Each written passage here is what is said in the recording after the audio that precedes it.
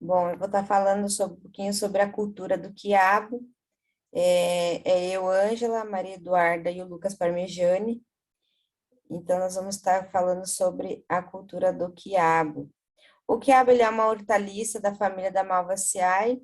Ele tem a origem dela é da África e ela foi introduzida no Brasil pelos escravos africanos. Ela possui um alto teor de fibras alimentares. Ele possui magnésio, manganês, fósforo e zinco. E todos eles também contribuem no aporte das vitaminas A, B1 e a vitamina C, e eles também auxiliam na dieta.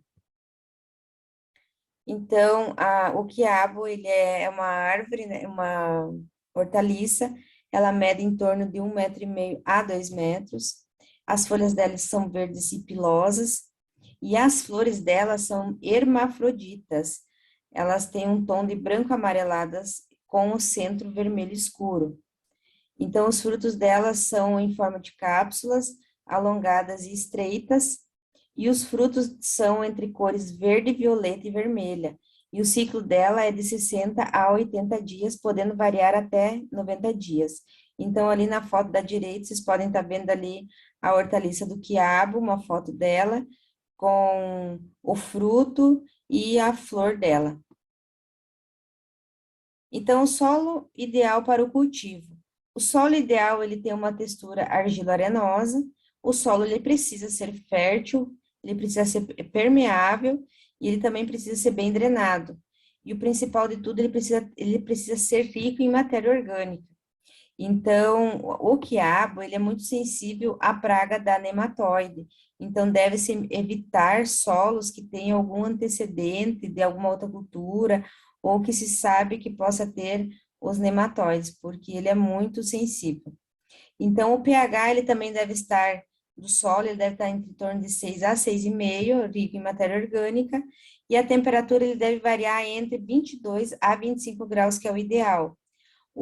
A temperatura abaixo de 22 graus ou acima de 25 graus, ele interfere diretamente na parte da floração, podendo até cair as flores, desculpa. Então, como proceder com o preparo do solo? Primeiramente, você deve escolher o solo, o terreno onde vai ser plantado, tem que fazer a limpeza desse terreno. Depois disso, você faz uma análise de solo, e esse solo, ele precisa estar bem drenado, para não ter o acúmulo de água. Então, deve ser feita uma aração e uma gradagem para deixar a terra fofa, e deve-se ter uma adubação de cobertura. Mas também a adubação precisa ser feita via sulcamento. E em lugares mais de clima mais quente, onde não tem muita precipitação, é preciso que se faça a irrigação.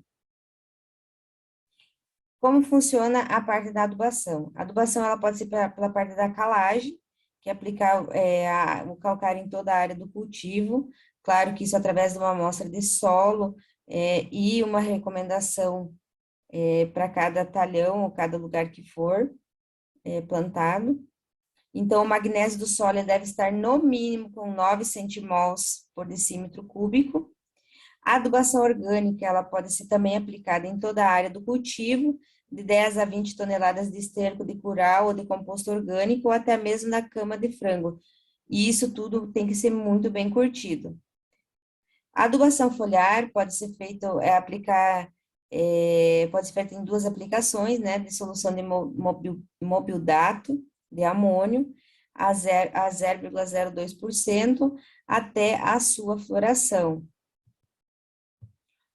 Como se deve fazer o plantio? O plantio ele deve ter um espaçamento de 1 metro por 25 centímetros, ele deve ser semeado diretamente no sulco do plantio, colocar de 10 a 15 sementes por metro linear de sulco. Logo após, você deve cobrir essa semente com uma camada de 2 centímetros de terra, e após a germinação, precisa-se fazer o desbaste. Então, deixando de 3 a 4 plantas por metro linear de sulco, para não haver muita competitividade pelas plantas, né? Então, também na cultura, ela deve ser feito os tratos culturais. O quiabo, ele não é uma planta muito difícil de ser cultivada, mas para isso precisa tomar cuidado com alguns tratos que devem ser feitos. Então, deve ser feito o uso de herbicida, os herbicidas que são diretamente para essa cultura, voltados a essa cultura. Deve ser feitas essas capinas entre o meio dessas plantas. O desbaste das mudas, precisa ser feita a irrigação. É importante colocar uma cobertura morta para que eles consigam absorver por mais tempo a água, deixar o solo, como dizer assim, com uma camada para ficar mais seguro. Precisa ser feito o controle fitossanitário por conta das doenças foliares que dá no quiabo, tanto nas flores, nas folhas e também no fruto. E deve-se fazer uma rotação de cultura. Outra maneira também que estão encontrando é fazer a integração tanto do quiabo com alguma outra cultura ou até duas culturas no mesmo talhão. Então, não é recomendado fazer o plantio sequencialmente do quiabo por conta da fitossanidade que eles precisam, que o quiabo precisa, né? Para interromper o ciclo de alguns tipos de doenças e de algumas pragas também. Eu vou estar passando agora para o meu colega que vai estar dando continuidade no trabalho.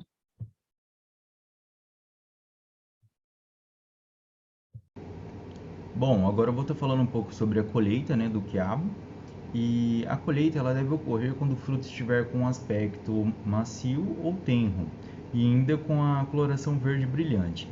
Bom, esses frutos eles devem conter mais ou menos um comprimento de 8 a 12 centímetros de comprimento e sem fibras, e também é importante que a ponta do fruto, né, ela, caso você force ela acaba quebrando com facilidade. Então isso é mais um indicativo, né, do ponto de colheita correto.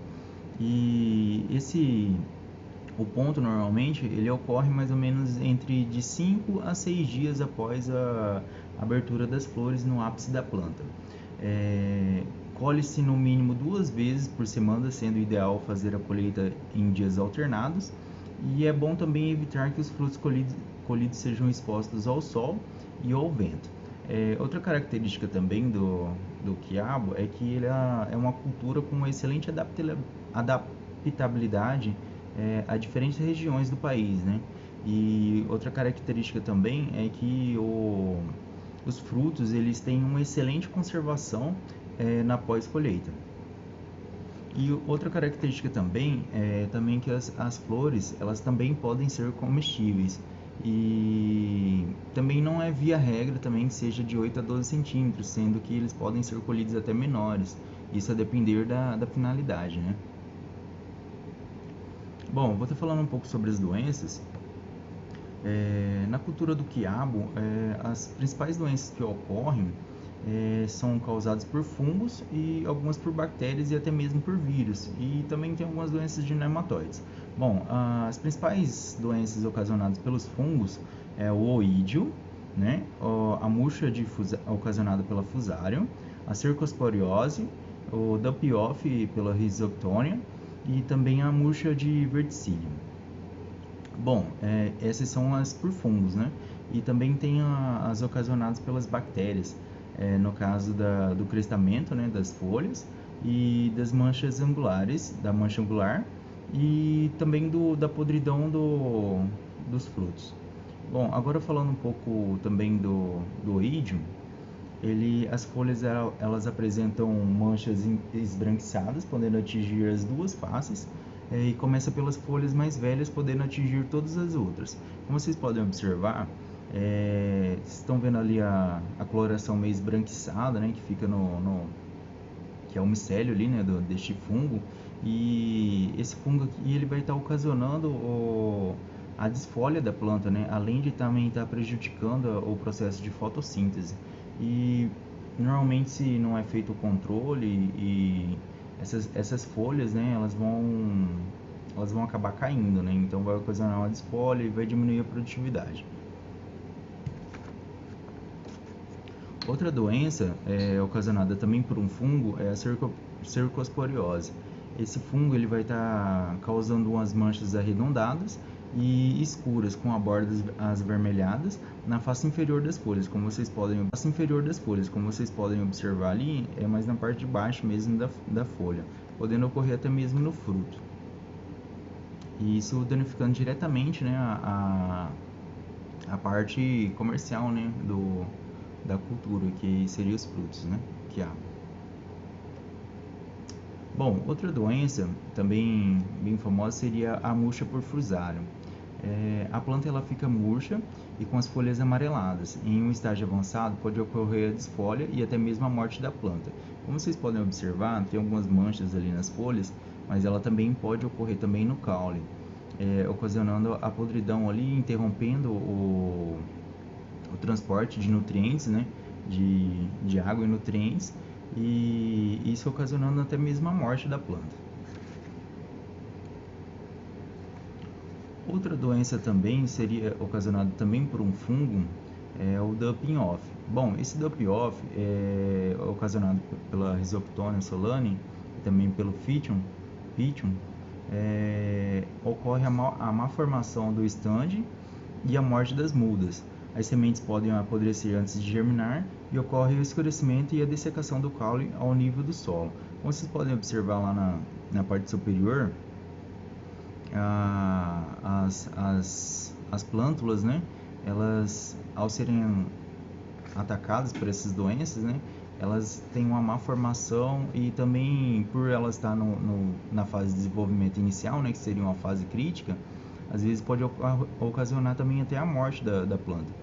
E ali, como vocês podem ver ali nas raízes, como a Rhizoctonia, né, é um fungo do solo, assim como a Fusarium, né, ela vai estar atingindo ali a base da planta, né, também ocasionando algumas manchas, e chegando até mesmo a interromper, né, o transporte de nutrientes, ocasionando até a morte das plantas, e já na fase inicial, isso diminuindo o stand e consequentemente também a produção. Outra doença agora, essa daqui ocasionada por uma bactéria, é a mancha angular, ocasionada pelas xantomonas. Essa mancha angular, ela ocorre manchas de 1 a 2 centímetros com um halo avermelhado, podendo romper os tecidos da folha. E também ataca os frutos e apresentam lesões arredondadas, escuras de 5 a 8 milímetros. Ou seja, além de estar ocasionando o ataque, né, nas folhas das plantas, ela também ataca diretamente o fruto, isso ocorrendo danos e prejuízos diretos, né, à produtividade, já que vai ocorrer grãos não, né, frutos mal formados, né, e isso diminuindo a produtividade. E ela é ocasionada por uma bactéria, como eu já comentei antes, né. Bom, agora eu vou estar falando sobre o mosaico. O mosaico, ele ocorre nos meses mais quentes do ano devido a maior número de vetores, e o vetor é a mosca branca, que em climas mais quentes, né, em épocas mais quentes do ano, ela tem uma maior atividade, então ela acaba ocasionando maiores prejuízos, né, nessas épocas mais quentes. A planta ela fica pequena e os frutos deformados. As folhas apresentam áreas cloróticas e ficam naquele aspecto como a gente já conhece também, né, o mosaico em outras culturas, fica aquele aspecto amarelado e esse padrão, né, de mosaico ali mesmo nas folhas, interrompendo também o transporte de nutrientes pelas folhas e também ocasionando sérios prejuízos também à produtividade.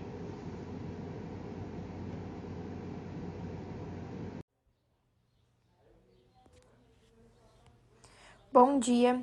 Hoje eu vou estar falando um pouquinho sobre a cultura do quiabo. Vamos ao controle de pragas. Para o controle das pragas na cultura do quiabo, a gente pode utilizar alguns produtos para o controle, como por exemplo, carbaril, enxofre, malation. Malation é um princípio ativo utilizado para matar percevejos, bicudo, né? Na verdade, para o bicudo. produtos biológicos que são específicos para controle de cada praga também. Aí um pouquinho sobre as variedades. A gente tem um leque de opções. Tem o quiabo híbrido caninde, que é uma planta, ela é mais ou menos de porte alto, ela é altamente produtiva e possui 5 quinas e excelente pós-colheita. Tem um ciclo longo e ótima adaptabilidade em regiões de cultivo. Nós temos também o híbrido guará, que é uma planta de porte alto e muito produtiva, extremamente produtiva. Longo ciclo e a colheita resiste ao vírus YUMV. Ela tem ótima adaptabilidade em diferentes regiões e também ela é ótima quando a gente fala em conservação em pós-colheita. O híbrido cariri. O híbrido cariri ele é excelente pós-colheita, ele é um fruto uniforme, sem quina, ele é de longo ciclo de colheita e resistente também ao vírus BYVMV.